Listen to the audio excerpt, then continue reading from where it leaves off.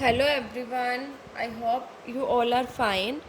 आज हम twelfth business studies के अंदर हम नॉन फाइनेंशियल और नॉन मॉनेटरी इंसेंटिव्स को स्टडी करेंगे कि जो नॉन फाइनेंशियल और नॉन मॉनेटरी इंसेंटिव्स क्या होते हैं। हमने देखा था कि मोटिवेशन की दो टेक्निक होती है, एक तो फाइनेंशियल इंसेंटिव्स के थ्रू हम एम्प्लॉयज़ को मोटिवेट करते हैं और एक नॉन फाइनेंशियल इंसेंटिव्स के थ्रू भी हम मोटिवेट करते हैं एम्प्लॉयज़ को। सो आज हम स्टडी करेंगे कि नॉन फाइनेंशियल और नॉन मॉनेटरी इंसेंटिव्स क्या होते हैं। सो देखिए, नॉन फाइनेंशियल और नॉन मॉनेटरी जो कि मनी की फॉर्म में नहीं होता, नॉन मॉनेटरी या नॉन फाइनेंशियल मतलब जिसको हम मनी के टर्म्स में इवैल्यूएट नहीं कर सकते, मेज़र नहीं कर सकते, है ना, वो होते हैं नॉन मॉनेटरी इंसेंटिव्स। सो देखिए, नॉन फाइनेंशियल और non monetary incentives are those incentives which are not directly related with money। Non financial और नॉन मॉनेटरी इंसेंटिव्स वो इंसेंटिव्स होते हैं जो कि मनी से रिलेटेड नहीं होते हैं। These incentives help in the satisfaction of top hierarchy needs like social esteem and self actualization। और ये जो incentives हैं वो एक पर्सन की जो टॉप hierarchy की नीड्स होती है लाइक सोशल एस्टीम और जो सेल्फ एक्चुअलाइजेशन नीड्स हैं उनको सेटिस्फाई करने में हेल्प करते हैं। सो नॉन फाइनेंशियल और नॉन मॉनेटरी इंसेंटिव्स वो इंसेंटिव्स होते हैं जिनको हम मनी की फॉर्म में एक्सप्रेस नहीं कर सकते, जो कि डायरेक्ट मनी की फॉर्म में नहीं होते। ठीक है, अब देखिए, अब नॉन फाइनेंशियल और नॉन मॉनेटरी इंसेंटिव कौन कौन से होते हैं, जिसमें से सबसे पहला है स्टेटस। देखिए, स्टेटस मीन्स द पोजीशन और rank of a person in the organisation. Status का मतलब क्या होता है कि ऑर्गेनाइजेशन के अंदर जो पर्सन काम कर रहा है उसकी क्या पोजीशन है, वो किस रैंक पे है। अब ये हाई भी हो सकता है और ये लो भी हो सकता है। जो स्टेटस है वो किस चीज़ पर डिपेंड करता है कि उसको अथॉरिटी कैसी मिली हुई है, रिस्पॉन्सिबिलिटीज़ कैसी हैं। ठीक है, इन चीज़ों के ऊपर जो है एक पर्सन का स्टेटस डिपेंड करता है। मान लीजिए एक पर्सन काम कर रहा है ऑर्गेनाइजेशन के अंदर, उसका सेपरेट कैबिन है, उसको कार फैसिलिटी भी प्रोवाइड कर दी हुई है। ठीक है, सो वो मतलब हम ये कह सकते हैं कि कौन सा स्टेटस हो गया उसका हाई है, क्योंकि उसके पास देखो सेपरेट कैबिन है, कार फैसिलिटी है, सारी चीज़ें उसके पास अवेलेबल है, अपने आते हैं आराम से वहाँ पर कैबिन में जाते हैं और अपना काम करते हैं, तो उसका उस पर्सन का स्टेटस कैसा हाई है। तो हर कोई क्या चाहता है कि हमारा हाई स्टेटस हो। ठीक है, सो हम जो क्या कर सकते हैं स्टेटस के थ्रू। ठीक है, मान लीजिए एक अच्छा काम कर रहा है तो उनका क्या कर दे, हायर पोस्ट पे उनको क्या कर दिया जाए, उनका प्रमोशन कर दिया जाए। सो हर कोई चाहता है कि हायर स्टेटस हो। सो हम ये कह सकते हैं कि जो स्टेटस है उससे क्या होता है, उससे एक पर्सन की साइकोलॉजिकल, सोशल और जो स्टीम नीड्स है वो पूरी होती है।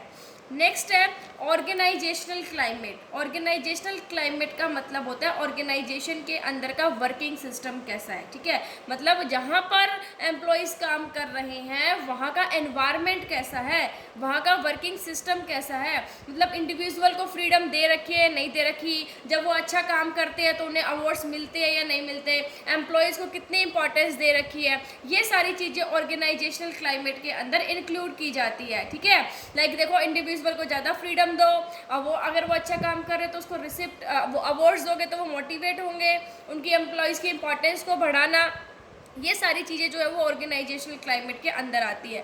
सो ये कहते हैं the manager can motivate the employees by providing a better organisational environment. So manager जो है वो इन फैसिलिटीज़ को प्रोवाइड करवा के ठीक है, बेटर ऑर्गेनाइजेशनल एनवायरनमेंट प्रोवाइड करवा के अपने एम्प्लॉयज़ को मोटिवेट इजीली कर सकता है।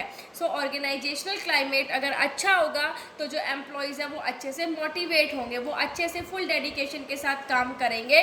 ठीक है, उन्हें अगर अवार्ड्स मिलेंगे टाइम टू टाइम और उन्हें फ्रीडम दी जाएगी और उनको इन्वॉल्व किया जाएगा डिसीजन मेकिंग में, सो वो काफ़ी अच्छे से अपना काम करेंगे, उनकी एफिशिएंसी जो है वो इंक्रीज़ होगी और वो रिजल्ट जो है वो काफ़ी बेटर होंगे। नेक्स्ट है करियर एडवांसमेंट अपॉर्चुनिटी। देखिए, career advancement opportunity means career के अंदर एडवांस होना। अब देखो, करियर के अंदर एडवांस होना सबसे बेस्ट एग्जांपल कौन सा है, प्रमोशन। क्योंकि अगर किसी का प्रमोशन होता है तो उनकी परफॉर्मेंस काफ़ी इम्प्रूव होती है। हर कोई चाहता है कि वो अपनी लाइफ में, अपने करियर में एडवांस रहे। ठीक है, हर कोई चाहता है कि जिस पोस्ट पर काम कर रहा है उससे हाई पोस्ट उन्हें मिले। सो करियर एडवांसमेंट अपॉर्चुनिटी से भी जो एम्प्लॉयज़ है वो काफ़ी मोटिवेट होते हैं। जैसे प्रमोशन जो है वो एम्प्लॉयज़ को बढ़ावा देने में काफ़ी इम्पॉर्टेंट रोल प्ले करता है, उनकी परफॉर्मेंस को बढ़ाने में काफ़ी इंपॉर्टेंट रोल प्ले करता है।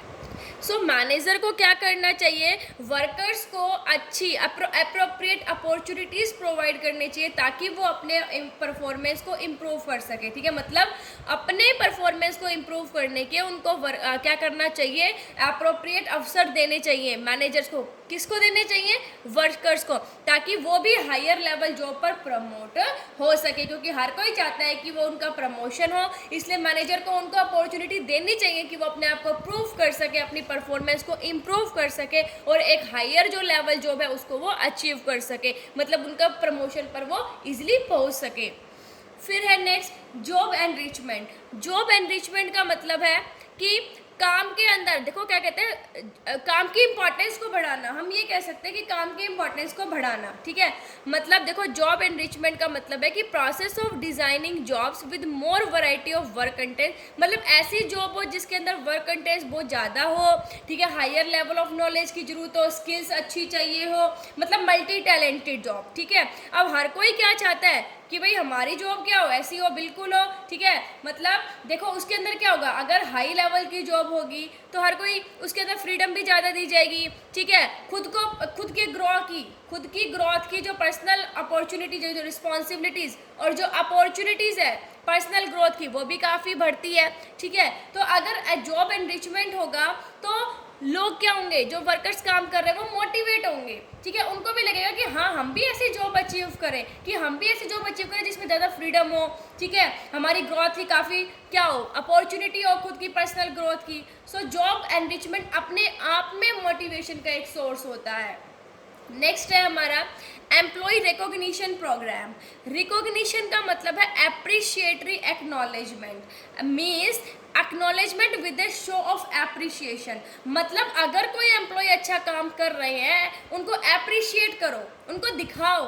ठीक है, दूसरे एम्प्लॉयज़ को दिखाओ ताकि उनको देख के दूसरे एम्प्लॉयज़ भी मोटिवेट हों।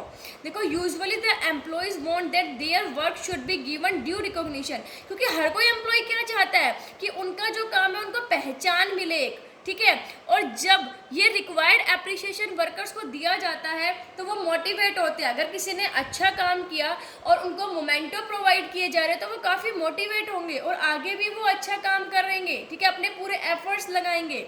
जैसे कि देखो एग्जाम्पल क्या हो सकते हैं एम्प्लॉय रिकॉग्निशन प्रोग्राम के, displaying the achievement of an employee on the notice board. भाई एम्प्लॉय की अचीवमेंट को नोटिस बोर्ड पर लगाना। ठीक है, अगर उन्होंने अच्छी परफॉर्मेंस की है तो उनको सर्टिफिकेट प्रोवाइड करना, मोमेंटोज देना। अगर एम्प्लॉयज़ ने अच्छी परफॉर्मेंस की तो उनको टाइम टू टाइम कॉन्ग्रेचुलेट करना। इससे वो क्या होंगे, काफ़ी मोटिवेट होंगे और अपना काम जो अच्छे से करेंगे। उनको भी लगेगा कि हाँ उन्हें भी कोई पहचान मिल रही है। ठीक है, ऑर्गेनाइजेशन के अंदर। सो एम्प्लॉय रिकॉग्निशन प्रोग्राम से भी जो एम्प्लॉयज़ हैं वो काफ़ी मोटिवेट होते हैं। नेक्स्ट है हमारा job security. Job security means a feeling of permanence and stability. Job security का मतलब है कि जॉब की सिक्योरिटी हो कि हाँ भाई हम इस जॉब में बिल्कुल स्टेबल है, परमानेंट है। क्योंकि अगर किसी की टेम्परेरी जॉब होगी तो वो डर ही रहेगा उसको कि कभी भी हमें निकाला जा सकता है, और डर के कारण वो अपनी फुल एफिशिएंसी से काम नहीं कर पाएगा। लेकिन अगर उसकी जॉब सिक्योरिटी होगी, उसको ये लगेगा कि हाँ भाई मेरी तो परमानेंट जॉब है, तो वो क्या करेगा, अपने फुल डेडिकेशन से काम करेगा क्योंकि उसके माइंड में कोई फियर फैक्टर नहीं होता। ठीक है, तो इस टेक्निक से जो पीपल है उनको ये फील कराया जाता है कि आप अपनी जॉब में परमानेंट है। ठीक है, आप बिल्कुल रिलैक्स होकर अपना काम कीजिए। सो जॉब सिक्योरिटी अगर हम एम्प्लॉयज़ को प्रोवाइड करवाएंगे तो वो अपना काम जो है फुल एफिशिएंसी से करेंगे, जो कि उनके लिए भी अच्छा है और ऑर्गेनाइजेशन के लिए भी अच्छा होता है। नेक्स्ट है एम्प्लॉय पार्टिसिपेशन। पार्टिसिपेशन का मतलब क्या है, involve the employees in decision making of the issues related to them. कि एम्प्लॉयज़ को क्या करना, कोई भी डिसीजन लिया जा रहा है तो उनको पार्टिसिपेशन करवाना, उनसे भी उनके कुछ क्या लेना, मतलब हम ये सजेशंस लेना। ठीक है, मतलब उनको इन्वॉल्व करना डिसीजन मेकिंग में। Employees get encourage to notice their participation in managerial work and they offer their full cooperation in making successful the policies prepared with their heart. क्योंकि एम्प्लॉयज़ क्या होंगे, जब उन्हें ये लगेगा कि हाँ उन्हें भी मैनेजरियल वर्क में पार्टिसिपेशन मिल रहा है, तो वो काफ़ी इनक्रेज होंगे, मोटिवेट होंगे और वो अपने पूरे एफर्ट्स, पूरा सहयोग करेंगे जो पॉलिसीज उनकी हेल्प से बनाई गई है उनको इम्प्लीमेंट करने में, उनको सक्सेसफुल करने में वो पूरे की पूरा अपनी जान लगा देंगे, ठीक है। सो एम्प्लॉय पार्टिसिपेशन भी बहुत एक नॉन जो मॉनेटरी इंसेंटिव है, लेकिन ये एम्प्लॉयज़ को काफ़ी मोटिवेट करता है। नेक्स्ट है एम्प्लॉय एम्पावरमेंट। एम्पावरमेंट का मतलब है एम्प्लॉयज़ को ज़्यादा फ्रीडम और पावर प्रोवाइड करवाना, ठीक है। इससे उनमें पॉजिटिव फीलिंग आती है और वो इंस्पायर होते हैं अपने काम को, अपने टैलेंट को दिखाने में, ठीक है। सो ये भी एक नॉन मॉनेटरी और नॉन फाइनेंशियल इंसेंटिव है। सो ये आज हमने स्टडी किया नॉन फाइनेंशियल और non monetary incentives. I hope आप सबको समझ आ गया होगा। Thank you. Stay safe, stay home.